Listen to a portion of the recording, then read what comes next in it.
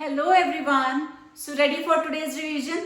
We have another question. Let us begin. An organic aromatic compound. Aromatic का मतलब benzene ring होगा उसके पास. A with the molecular formula C6H7N. तो again फॉर्मूले से हमें समझ में आ रहा है कि 6 कार्बन है तो वहां पे एक बेंजीन रिंग है. साथ में नाइट्रोजन है तो it is probably an amine. तो बेंजीन रिंग वाला अमाइन है तो मेनली एनिलीन हो सकता है. अभी चेक करके देखते हैं. Is sparingly soluble in water. फिर ए की कुछ रिएक्शंस बता रखी हैं. एक बार ए को चेक कर लें.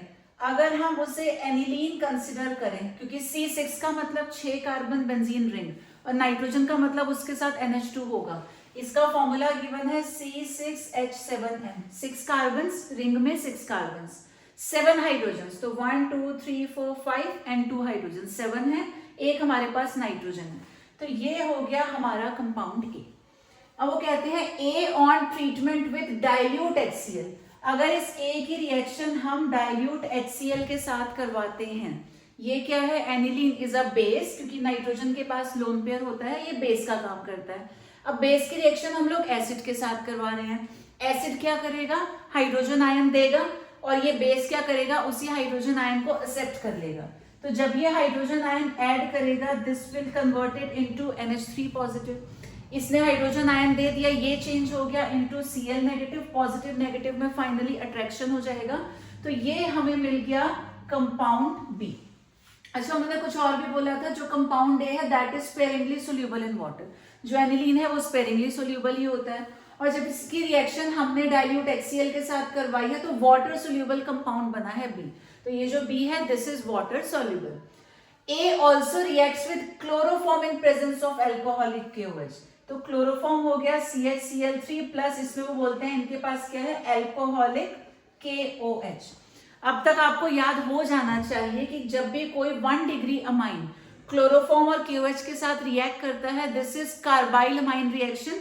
और यहाँ पे बनते हैं आइसोसाइनाइड्स जिनकी फाउल स्मेल होती है.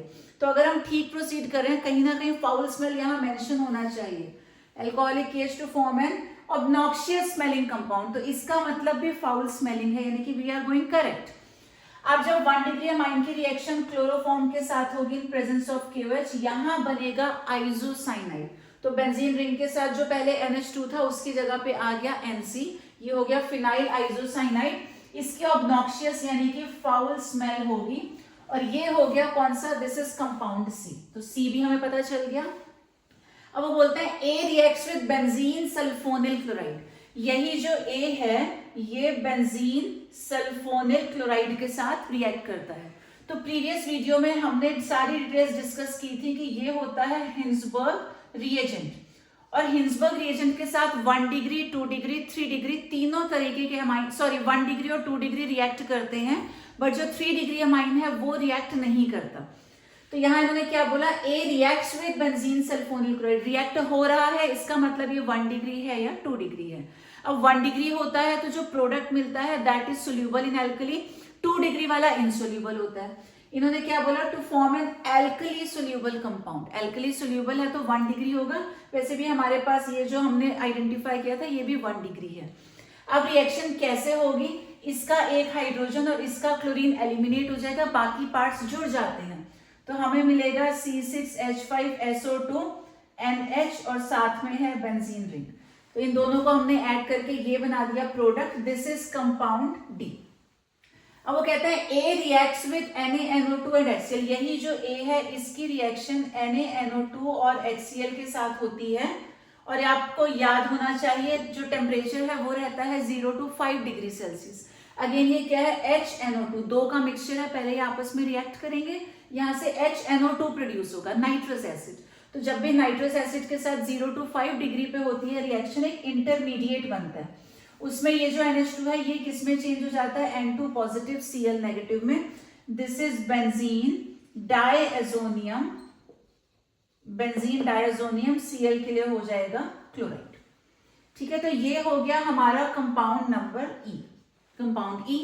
अब वो कहते हैं which on reaction with phenol. ये जो कंपाउंड E है अब इसकी रिएक्शन हो रही है फिनॉल के साथ. तो ये होता है डाई टेस्ट. आपने पढ़ा भी होगा कपलिंग रिएक्शन होती है या इसको डाई टेस्ट भी बोलते हैं. उन्होंने बता भी दिया to form an orange colour die.